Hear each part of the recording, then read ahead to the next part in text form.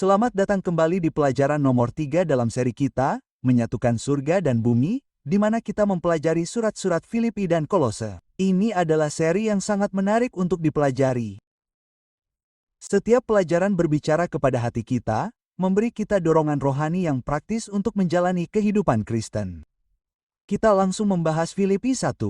Namun sebelum kita melakukannya, mari kita berdoa. Bapa di surga, berikanlah kepada kami wawasan ilahi dan hikmat ilahi saat kami mempelajari pelajaran ini. Semoga mata kami terbuka untuk melihat kebenaran yang mulia dalam firman-Mu dalam nama Kristus. Amin. Judul pelajaran kita adalah Hidup dan Mati. Saya sedikit terkejut ketika membaca paragraf pertama dan itu benar-benar menyentuh hati saya. Judulnya sangat langsung dan saya pikir, Anda tahu, itu sangat benar. Biarkan saya membacakannya untuk Anda. Kematian, seringkali dikatakan kepada kita, hanyalah bagian dari kehidupan. Itu bohong. Kematian adalah lawan dari kehidupan, musuh kehidupan. Kematian tidak ada dalam kehidupan, sama seperti reruntuhan tidak ada dalam mobil. Paulus dengan tegas mengatakan bahwa Kristus mati untuk menghancurkan dia yang memiliki kuasa atas maut, yaitu iblis, dan membebaskan mereka yang karena takut akan kematian telah menjadi budak seumur hidup mereka. Anda tahu, saat saya merenungkan paragraf itu, saya pikir ada banyak orang yang berkata, Anda tahu, kita hidup, kita mati, itu semua adalah bagian dari kehidupan. Namun, ketika Anda benar-benar merenungkannya dari sudut pandang teologis, itu tidak benar. Tuhan menciptakan Adam dan Hawa untuk hidup selamanya. Tuhan tidak pernah menjadikan kematian sebagai bagian dari rencana hidupnya. Tuhan memiliki hidup bagi Adam dan Hawa. Keinginan terbesarnya adalah agar seluruh umat manusia hidup dalam sukacita, kasih, kedamaian, dan dalam persekutuan dengannya sepanjang masa kekekalan. Jadi, kematian selalu menjadi penyusup. Itulah sebabnya Rasul Paulus berkata dalam 1 Korintus pasal 15 ayat 51 dan seterusnya, Maut, di manakah sengatmu? Hai maut, di manakah kekuatanmu? Kristus telah menaklukkan maut. Paulus berkata, yang dapat mati ini akan mengenakan yang tidak dapat mati, dan yang dapat binasa ini akan mengenakan yang tidak dapat binasa. Sebab dalam sekejap mata, pada waktu sangkakala terakhir berbunyi, maka orang-orang mati dalam Kristus akan bangkit untuk mengenakan yang tidak dapat mati. Petik 2. Jadi kematian adalah sesuatu yang telah ditaklukkan Yesus Kristus di kayu salib. Kematian akan menjadi musuh terakhir dan akan dikalahkan dan Kristus akan memerintah selama-lamanya dan kita dapat memerintah bersamanya sepanjang zaman kekekalan yang tak berkesudahan. Jadi Paulus dipenjara di Filipi dan ia ingin Jemaat Filipi mengerti bahwa Kristus akan diagungkan dalam hidupnya, baik hidup maupun mati. Jadi kita langsung masuk ke pelajaran hari Minggu. Filipi pasal 1 ayat 19. Karena aku tahu bahwa penderitaan ini, pencobaan ini, kesulitan ini, pemenjaraan ini. Aku tahu bahwa semuanya ini akan menjadi keselamatanku melalui doamu dan pertolongan Roh Yesus Kristus. Mari kita berhenti sejenak di sini. Apa yang Paulus bicarakan sehingga pemenjaraan ini akan menjadi keselamatannya? Bukankah Paulus diselamatkan ketika ia datang kepada Kristus di jalan menuju Damsyik? Bukankah ia adalah orang yang diselamatkan saat ia mengalami sukacita karena mengetahui pengampunan dosanya dan kematian Yesus di kayu salib serta perantaraan Kristus baginya? Tentu saja. Jadi, apa maksudnya ketika ia berkata, Aku tahu ini akan mendatangkan keselamatan bagiku. Kata untuk keselamatan di sana adalah sotia dan itu adalah kata yang juga dapat berarti penyembuhan. Jadi, Paulus berkata bahwa hatiku akan disembuhkan dalam keadaan sulit ini karena kamu berdoa untukku. Ketika kita berdoa untuk orang lain yang sedang mengalami masa sulit dan kita berdoa agar Tuhan menyembuhkan kehancuran mereka, menyembuhkan luka mereka, menyembuhkan rasa sakit dan menyembuhkan penderitaan mereka, Tuhan melakukan mukjizat yang dahsyat. Jadi, Paulus berkata, Aku tahu bahwa semua yang sedang kualami akan menjadi kesembuhan rohaniku karena kamu berdoa untukku melalui doamu dan pemberian Roh Yesus Kristus.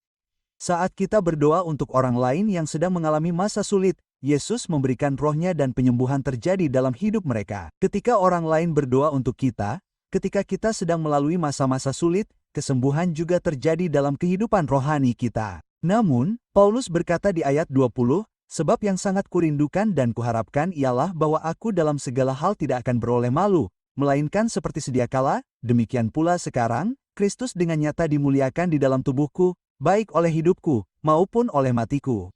Tampaknya Paulus memiliki perasaan ini, harapan bahwa segala sesuatunya tidak akan berjalan baik baginya. Kalau tidak, mengapa ia berdoa agar Kristus dimuliakan dalam tubuhku, baik oleh hidup maupun oleh mati? Ia memiliki perasaan bahwa hidup mungkin akan segera berakhir, bahwa segala sesuatunya tidak akan berjalan baik ketika ia pergi ke pengadilan Kaisar, bahwa ia adalah seorang terhukum dan ia memiliki perasaan itu. Saya suka cara penyampaiannya di sini. Dikatakan bahwa meskipun Paulus, ini adalah pelajaran hari Minggu, paragraf pertama di bawah pertanyaan, meskipun Paulus bukanlah seorang penjahat, ini bukanlah pertama kalinya ia dipenjara. Dan ia tidak asing dengan penganiayaan. Kepada jemaat di Korintus, ia lebih sering menceritakan penderitaannya di penjara, bahkan sering kali dalam kematian. Dari orang Yahudi, 5 kali aku dicambuk, 40 kali dikurangi 1. 3 kali aku dicambuk dengan tongkat. Sekali aku dilempari dengan batu, 3 kali aku mengalami karam kapal, siang dan malam. Aku telah berada di tengah-tengah perjalanan yang dalam. Sering dalam bahaya di tengah lautan, dalam bahaya dari penyamun, dalam bahaya dari orang-orang sebangsaku, dalam bahaya dari orang-orang bukan Yahudi, dan dalam bahaya di kota, dalam bahaya di padang gurun. Wah, banyak sekali bahayanya, bukan? Dalam bahaya di tengah lautan, dalam bahaya dengan saudara-saudara palsu, dalam keletihan, dalam kerja keras, dan dalam kurang tidur, dalam kelaparan dan kehausan, dan dalam puasa, dalam kedinginan dan dalam ketelanjangan. Jadi, ia telah melalui berbagai pencobaan, tetapi ia tahu bahwa hidupnya akan segera berakhir. Dan ia memiliki satu tujuan. Dan satu-satunya tujuannya adalah agar Yesus dimuliakan dalam hidupnya. Satu-satunya tujuannya adalah agar Kristus diagungkan dalam hidupnya. Ia memiliki hubungan dengan gereja-gereja yang ia tuju, seperti seorang ayah bagi seorang anak. Paulus rindu agar gereja-gereja di Efesus, Filipi, Galatia, dan Tesalonika. Ia rindu agar orang-orang percaya yang ia tuju di Filipi tahu bahwa ia menulis kepada mereka sebagai seorang ayah yang penuh kasih. Ia ingin hidupnya diagungkan dalam kematiannya, tetapi ia juga ingin hidupnya diagungkan dalam hidupnya. Ia ingin mereka tahu bahwa ia tidak pahit dan marah, bahwa ia berada di penjara. Ia ingin mereka tahu bahwa ia percaya kepada Tuhan di setiap momen kehidupan. Ia ingin mereka tahu bahwa sebagai ayah mereka, ayah rohani mereka dalam kasih karunia, hal terbesar yang ia rindukan bukanlah pembebasannya dari penjara, tetapi keselamatan mereka. Kita lanjutkan ke pelajaran hari Senin tentang mati adalah keuntungan. Sekarang, tidak. Kebanyakan orang tidak akan berpikir bahwa mati adalah keuntungan di dunia ini. Filipi pasal 1 ayat 21. Karena bagiku hidup adalah Kristus dan mati adalah keuntungan. Mengapa kamu mengira bahwa mati mungkin merupakan keuntungan? Nah, ada beberapa alasan untuk itu. Pertama, jika seseorang mengalami penderitaan fisik yang hebat dan tubuh mereka merasakan sakit yang luar biasa, kematian bisa didapatkan karena kematian hanyalah istirahat sampai kedatangan Yesus. Jika Anda mengalami siksaan mental, penderitaan, dan Anda terus-menerus ditindas, itu mengarah pada tekanan fisik, mental, dan emosional.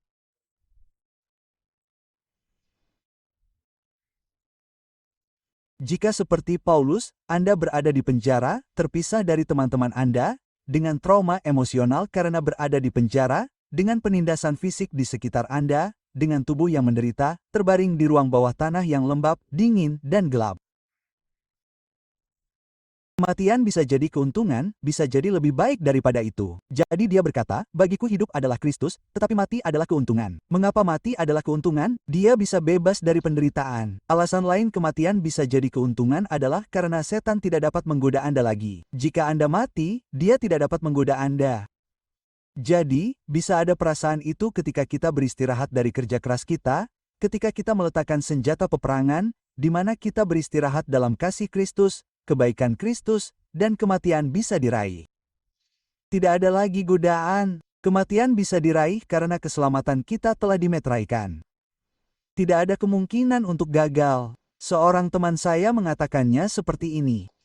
Kami sedang menghadiri pemakaman dan seseorang berkata kepadanya, ini seorang pendeta tua, Salah satu mentor saya, Pendeta W.D. Free, hamba Tuhan yang hebat. Seseorang berkata, saya turut berduka cita atas kehilangan teman baik Anda. Dan dia menatapnya dan berkata, aku tidak kehilangan dia. Dia sekarang berada di tempat di mana dia tidak akan pernah bisa hilang. Dengan kata lain, dia telah menyegel takdirnya. Jadi mengapa kematian itu menguntungkan? Kematian bisa didapatkan karena aku bebas dari penderitaan. Mengapa kematian itu menguntungkan? Karena setan tidak dapat menggodaku. Mengapa kematian itu menguntungkan? Karena keselamatanku telah dimeteraikan pada saat itu. Kita berperang dalam peperangan rohani. 2 Korintus pasal 10 ayat 3-6. Peperangan kita adalah peperangan rohani.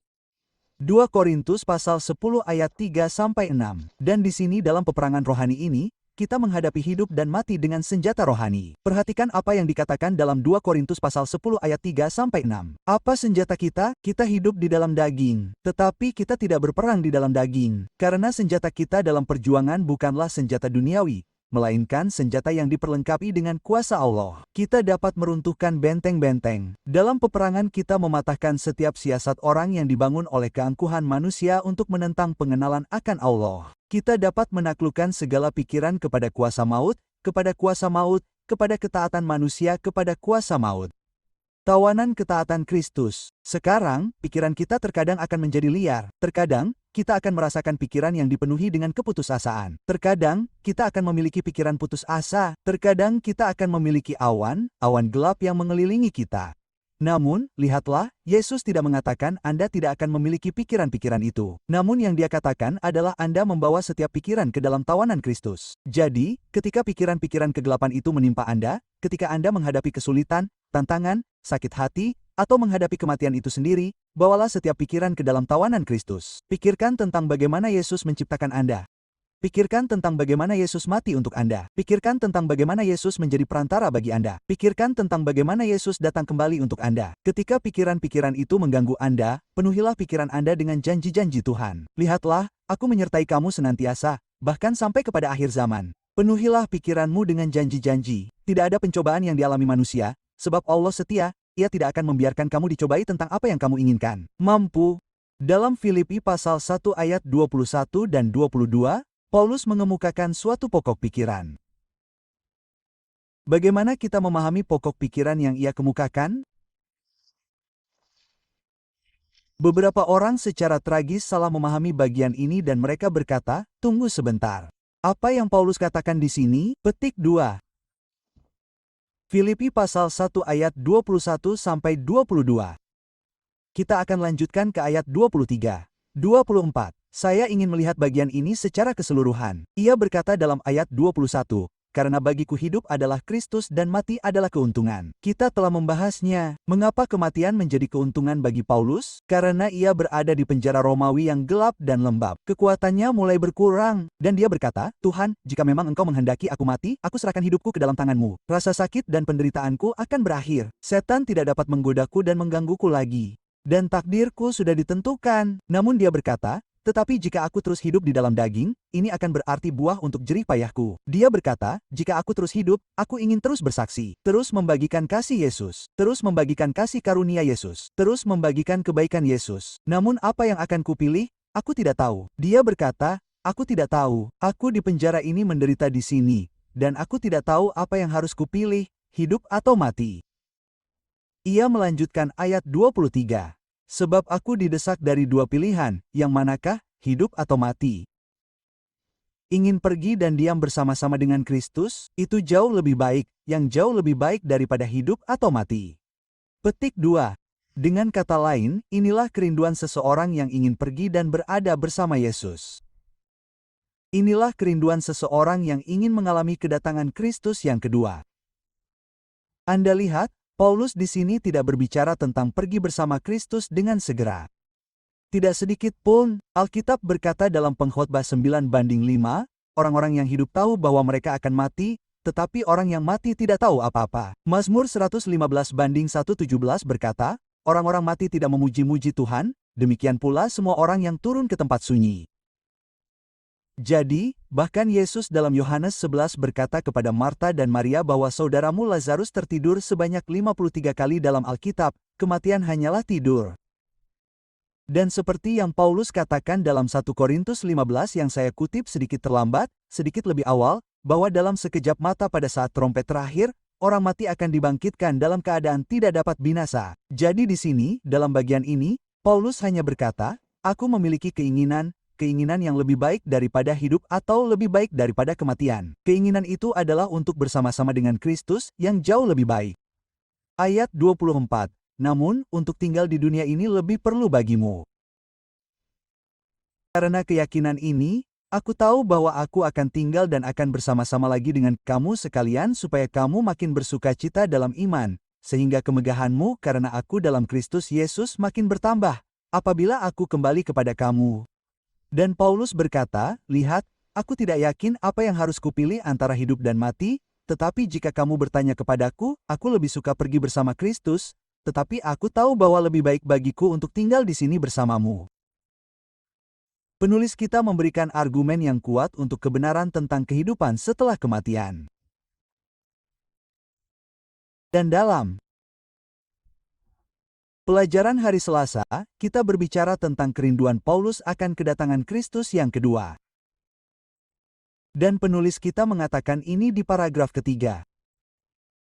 Jika ketika orang meninggal, mereka langsung pergi ke surga. Bayangkan bagaimana jadinya bagi Lazarus. Setelah 4 hari Lazarus bersenang-senang di surga, seorang malaikat datang membawa kabar buruk. Maaf, Lazarus, tetapi Yesus memanggilmu kembali ke bumi. Kamu tidak bisa tinggal di sini. Apa kesimpulan fisiologisnya? Jika saya Lazarus, saya akan berkata, Tuhan, tidak. Saya tidak akan kembali ke dunia lama yang penuh penyakit, penderitaan, sakit hati, dan kematian. Saya pikir itu poin yang bagus bahwa Alkitab tentu saja mengatakan kematian sedang tidur. Tentu saja dikatakan orang mati tidak tahu apa-apa. Tetapi bagaimana jika Lazarus memang berada di surga selama 4 hari? Bagaimana jika dia ada di sana? Dia tidak akan ingin kembali. Tidak. Paulus meninggalkan surga. Hidup sekarang bersama Kristus berarti bersamanya dalam penderitaan dan kematiannya untuk memperoleh kebangkitan dari antara orang mati. Dengan kata lain, Paulus mengalami penderitaan. Paulus mengalami sakit hati, ia setia kepada Kristus. Oleh karena itu, melalui Kristus oleh Kristus dan karena Kristus, ia juga seperti Yesus dapat dibangkitkan dari antara orang mati. Pelajaran hari Rabu, berdiri teguh dalam kesatuan. Dalam Filipi pasal 1 ayat 27 dikatakan, hendaklah hidupmu layak bagi Injil Kristus, sehingga baik aku datang dan melihat kamu, maupun aku tidak datang, aku dapat mendengar tentang hal ihwalmu. Hendaklah kamu berdiri teguh dalam mendengarkan ini, sekarang satu roh dengan satu pikiran, berjuang bersama-sama dalam iman yang timbul dari Injil. Apakah Anda ingat doa syafaat Yesus yang terakhir? Yesus dalam Yohanes pasal 17 berdoa berulang-ulang dan berulang-ulang agar umatnya menjadi satu. Pada saat perpecahan di dunia dan terkadang perpecahan yang sangat menyedihkan di gereja, Kristus menuntun kita kembali untuk menjawab doa persatuannya. Yohanes pasal 17 ayat 17-19. Pertanyaannya menjadi, maukah kamu, maukah aku menjawab doa Kristus? Maukah kita menjadi satu? Duta persatuan atau duta perpecahan? Akankah kritik dan gosip memenuhi mulut dan hidup kita atau akankah, seperti yang dikatakan Alkitab, kasih menutupi banyak sekali dosa? Akankah kita sungguh-sungguh mengasihi saudara kita, saudari kita, dengan tidak membicarakannya, tetapi mendatangi mereka dengan keprihatinan kita? Sekarang, kita tidak mengubur keprihatinan itu, tetapi ketika Anda mendatangi orang lain dan membagikan keprihatinan Anda, mereka mungkin berbagi dengan Anda perspektif yang belum pernah Anda ketahui sebelumnya. Dan itu mungkin menjernihkan masalah atau mereka mungkin menanggapi kasih Anda. Lihatlah, Yohanes 17:1-17-19 mengatakan ini, kuduskanlah mereka dalam kebenaran, firman-Mu adalah kebenaran. Sama seperti Engkau telah mengutus aku ke dalam dunia, demikian pula aku telah mengutus mereka ke dalam dunia. Dan aku menguduskan diriku bagi mereka, supaya mereka pun dikuduskan dalam kebenaran. Apa yang mempersatukan kita? Apa yang menggenapi doa Kristus? Lihatlah Yohanes 17 ayat 24. Bapa, aku mau supaya dimanapun aku berada, mereka juga yang telah diberikannya kepadaku, berada bersama-sama dengan aku, supaya mereka melihat kemuliaanku yang telah Engkau berikan kepadaku, sebab Engkau mengasihi aku sebelum dunia dijadikan. Perhatikan ayat 23. Aku di dalam mereka dan Engkau di dalam aku supaya mereka sempurna menjadi satu, supaya dunia tahu, bahwa Engkau yang telah mengutus aku dan bahwa Engkau mengasihi mereka, sama seperti Engkau mengasihi aku. Bukti bahwa Kristus telah mengutus anaknya ke dunia adalah bahwa Yesus dapat meruntuhkan prasangka di antara manusia dan kita dapat mengasihi orang lain sebagaimana Yesus mengasihi orang lain. Apa yang membawa persatuan? Hal itu ditemukan di sini, di ayat ke-27 dari Filipi pasal 1. Kasih kepada Kristus. Jika kita mengasihi Yesus, kita dipersatukan. Kasih kepada kebenarannya. Jika kita mengasihi kebenarannya, kita dipersatukan. Kasih kepada gerejanya. Jika kita mengasihi gerejanya, kita dipersatukan. Dan kasih kepada misinya. Ketika kita datang secara terbuka dan berkata, Yesus, aku milikmu. Ubahlah hidupku, ubahlah hatiku. Petik 2. Ketika hati kita dipenuhi dengan kasih kepada Yesus, kita tidak akan pernah jauh dari satu sama lain. Ketika hati kita dipenuhi dengan kasih akan kebenaran firman Tuhan, kita tidak akan terlalu jauh dari satu sama lain. Dan jika kita sungguh-sungguh mengasihi gereja yang Kristus telah mati untuknya, yang Kristus kasihi, kita tidak akan jauh dari satu sama lain. Dan jika kita mengasihi misi, kita bersatu dalam kasih Kristus, dalam kasih firman-Nya, kasih gerejanya, dengan misi akhir zaman yang unik untuk membagikan kasih dan anugerah Kristus kepada dunia. Kita dipersatukan dan menurut Filipi 1, kita tidak takut. Filipi pasal 1 ayat 27-30. Mengapa kita tidak takut? Kita tidak takut bukan karena kita pikir kita kuat. Kita tidak takut karena kita pikir dia kuat. Kita tidak takut karena kita pikir kita bisa memenangkan pertempuran. Kita tidak takut karena kita tahu Kristus telah memenangkan pertempuran. Kita tidak takut karena kita pikir kita memiliki kekuatan atau kemampuan untuk menang atas kekuatan neraka. Kita tidak takut karena Kristus telah menaklukkan kekuatan neraka. Kita maju dalam kekuatannya, mengklaim kemenangannya, mengetahui bahwa kerajaannya akan ditegakkan dan benteng-benteng neraka akan dikalahkan. Pemerintah-pemerintah dan kuasa-kuasa kegelapan akan ditumbangkan dan Yesus akan menang. Filipi pasal 1 ayat 27 sampai ayat 30. Kita bersatu dan kita tidak takut.